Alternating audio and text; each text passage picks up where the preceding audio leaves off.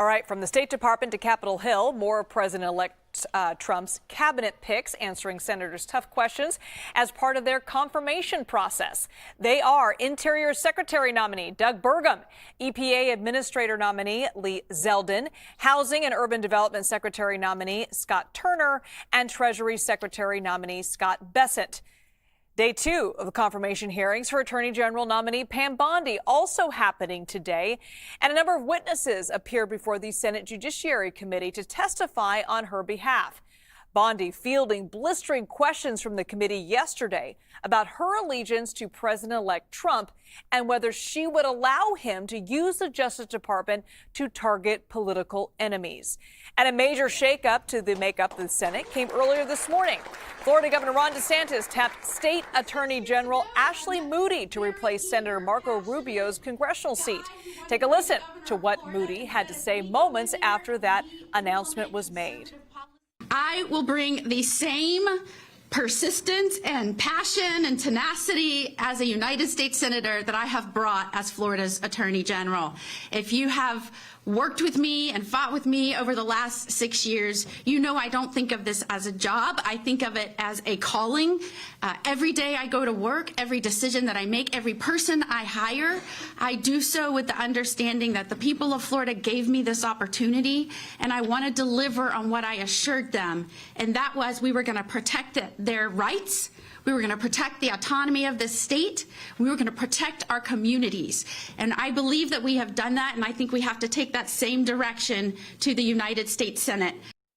CBS News congressional correspondent Scott MacFarlane is following all of this from Capitol Hill for us. Scott, thanks for being with us.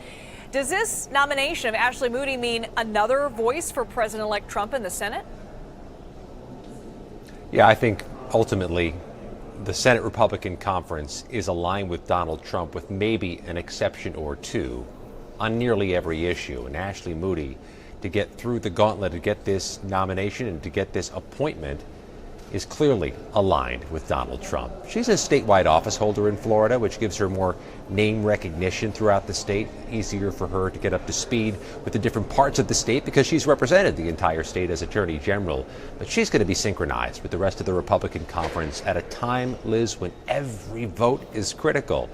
It's a 53-47 Senate. A vacancy, even a short-term one, truly impacts critical legislation and critical nominations. Ashley Moody gives Republicans the backstop they need as Marco Rubio appears destined to be the next Secretary of State, with bipartisan support already, which is a rarity around here. Yeah, well, Senator Rubio, as you mentioned, seems like a sure confirmation for Trump. But which nominees are giving the Senate pause? Look for the ones that aren't on the calendar yet. You showed that great split screen of all the Trump nominees for housing, for Treasury, for EPA that were up there today. All those individuals. That they're on the calendar is an indication things are looking rosy for all of them, that there is no opposition that is galvanized to stop these nominees from being confirmed. But who's not on the calendar yet? Robert F. Kennedy Jr., the would-be health secretary. Tulsi Gabbard, the former congresswoman, who's to be the nation's intelligence director. And, oh, by the way, the next FBI director would be Kash Patel if he's confirmed. None of them's on the calendar, which is an indication there is more to be buttoned up to secure the necessary votes. Doesn't mean it won't happen, but those are the ones with the big red flags. And Scott, you have reporting on a dispute growing between House Democrats and Republicans over a plaque to honor the heroes and victims of the Capitol insurrection. Can you walk us through what you're hearing on that?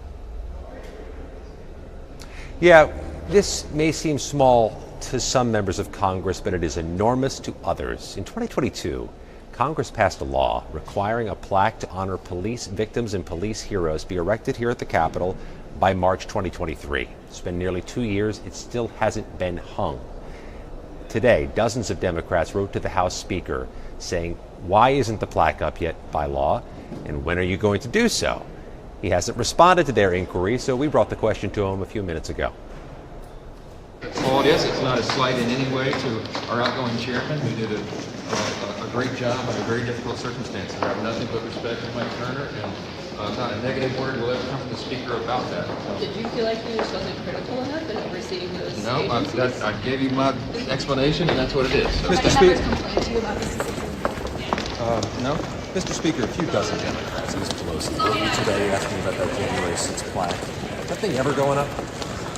I haven't looked at that. I need to check on it. Should TikTok be safe?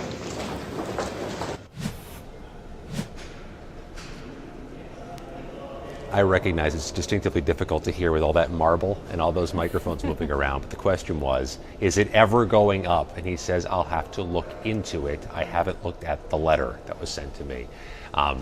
This is a dispute that Democrats think should have been solved years ago. And a few Democrats tell me, Liz, they think there's a hesitance to putting up a January 6th plaque, and though it's required by law, at the same spot where Donald Trump takes the oath of office on Monday. All right, Scott MacFarlane bringing us the very latest from Capitol Hill. Scott, thanks for that great reporting there.